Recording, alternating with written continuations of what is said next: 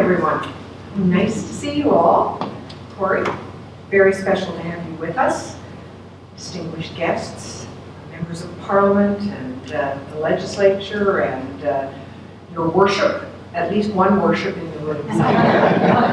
I'm absolutely delighted to be hosting this screening this evening. Cory's work is remarkable. He offers some timely and intensely valuable insights. Early on, Cory speaks of his return to the Arctic and how it feels to reconnect with the landscape and reconnect with something inside you. Those familiar with his work know how it captures a sense of connection, because I think his paintings are not merely a contemplation of nature. They're really a call for us to reflect on our actual relationship with the natural world. You know, here we are in downtown Toronto, a city of concrete, glass, and steel. And for many, its rapid growth actually represents progress, which it is. But I think through films like this, we're going to be reminded of the very tenuous connection that we have with nature. And when you see his work, it's impossible to take nature for granted. I think you'll agree. He manages to convey so much, including an expansive sense of both time and space. And amid the changes of our 21st century life, it can be hard to discern what's actually permanent and what's ephemeral, and even what's really important. Years ago, when I was head of the Canadian Weather Service, I went up to the high Arctic to actually visit all of the places where there was a meteorologist. I laughingly said I was taking in food and supplies to my staff. It's an amazing part of Canada, and even today, through the very amateur photographs that I took at the time, the vastness of the place just makes me feel small and humble. And I think you'll feel that a little bit this evening as well.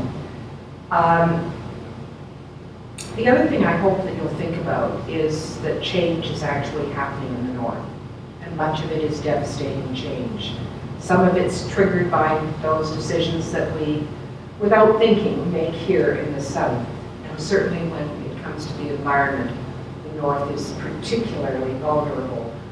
The release of the latest report just this weekend from the Intergovernmental Panel on Climate Change should leave none of us complacent about what's actually happening. The other thing that I think you'll think about is that although we frequently describe the north as being inhospitable, the reality is that the Inuit have lived there for millennia, just as First Nations and Métis people have stewarded these lands and waterways in the south. And so in many ways, it's through their ingenuity, through their resilience, in fact, that we're actually here today. There's a real sense of open-mindedness and respect with which Cory approaches the subjects of his paintings and everyone he meets during his travels. He's both an artist and a thought leader. He's both learning himself and contributing to the world in which he lives. He's received numerous recommendations beyond our borders. I recall, for example, earlier this year, his visit with the Prince of Monaco. And also next week, he's going to be actually in Iceland with the 2018 assembly of the Arctic Circle, showing his film to them, which will be wonderful. So I'm certain that this is a film that, whether it's shown in movie theaters or schools or museums, is going to inspire particularly young people, perhaps to get into the arts themselves, but also to know a little bit more about the world in which we live. So many Canadians never have the opportunity to see the high Arctic, to see the vast, 75% at least of our country that is unknown to most. And I hope that it will cause people to actually step outside and to reconnect themselves with the world. So my thanks very much, Cory, for sharing your work with us tonight. My thanks to those of you who have supported this project.